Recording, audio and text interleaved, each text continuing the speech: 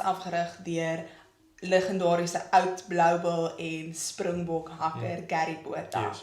Nou, hoe is dit om onder so 'n bekende te speel en wat is iets wat jy geleer het by hom in hierdie laaste tyd wat hier was? Ek dink, ons het groot geword met Blue Ball rugby in ons huis. Jy weet, ons was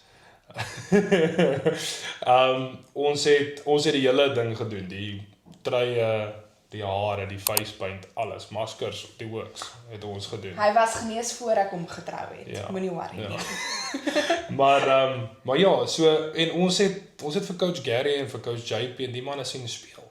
Verstaan, en daai tyd was Blue Ball rugby die trots van Suid-Afrikaanse rugby gewees, jy weet. Ja. En vir ons klein laities was dit altyd so lekker om te gaan kyk en so vir my was dit toe ek die oproep kry van coach JP af en ek hoor toe coach Gary is betrokke toe sê ek van Dis dit dan deel. Ties vir ek moet wees, jy weet.